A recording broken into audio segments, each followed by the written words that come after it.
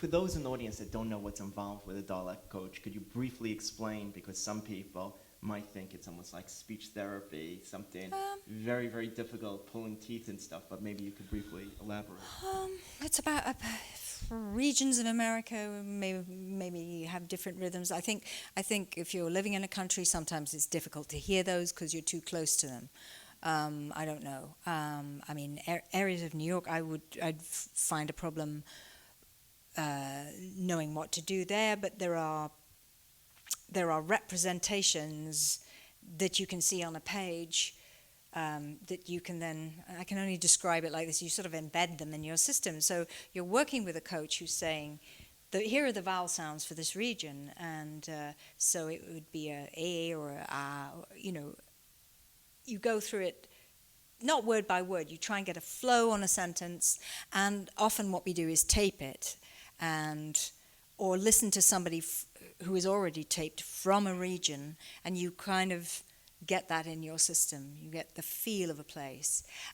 We have somebody in the UK called Joan Washington, who is often described like a surgeon in her dialect coaching, because it's sort of holistic as well. She for instance, she maintains that down in Texas there's a lot of dirt, so people don't open their mouths too much. So they keep their teeth together like that, you know, because they don't want the dirt to get in, kind of. All that. Film is a very different thing. You may have got up at 5 and you may have got home at 9 or something like that, and really what you want to do is, you know, just sleep and be ready if you've got to get up the next day. Might involve a drink, might involve, who knows, going out for a minute, but nothing like theatre. I just was so admiring of Bob on that film, because he was directing as well, and I thought, how does he do this? Where does he get his energy? And the energy comes from having wanted to do this project for so long and seeing it happen, and having people in it that he really wanted to be there. So I think everything fed his energy. I remember doing a scene with him across a table, and he did, you know, my close-up first, and then at the end of that, and I'm relating to him in the scene, obviously, because he's sitting right there, so he's looking at it with two hats. He's looking at it as the director's hat on and the actor's hat on, and at the end of the scene, he kind of went, that was great, and then he goes, okay, me, and then the camera's on him, and he goes, action. He's giving himself his own action. And we do the scene, and now I'm wearing two hats, because I'm the actor, and I'm also kind of like some detective or something going, how does he do it? How's he in it and outside of it at the same time? Or maybe he just trusts the camera. And at the end of it, you know, there was a kind of a pause while he finished the scene, and then he went, cut.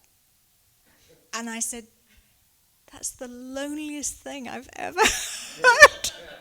That you say you have to cut yourself at the end of a take, your close-up, you know. And I was just hugely admiring. And how did you prepare for that film? Because from beginning to end, it's just an incredible piece of art. Did you move down south? Did you go live with the Pentecostals? No, I didn't need to do any of that. You know, I was working in a radio station. I saw Bob and I said, so tell me something about this woman. He said, she's just a perky girl. I went, that's it? He went, yeah. I went, okay then.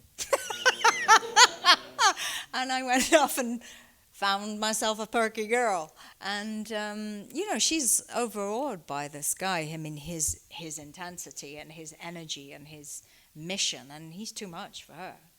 You see that in the movie.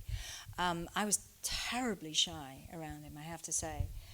Yeah, we shot in the South, but I didn't do too much socializing with it. He's like a god. He's like a god, you know. I mean, and yeah, filming is not what you think. It's not all glamorous, and sometimes you go out and you have a great time with a group of people, or you'll go out for a dinner, and a lot of times it's kind of like, you know, you go home, it's a kind of monkish existence. You have a little something and you go to sleep, and then you get up and you do it again. And, you know, try and focus on on what you're doing, and there was a lot of that on the movie. In the parcel, you have a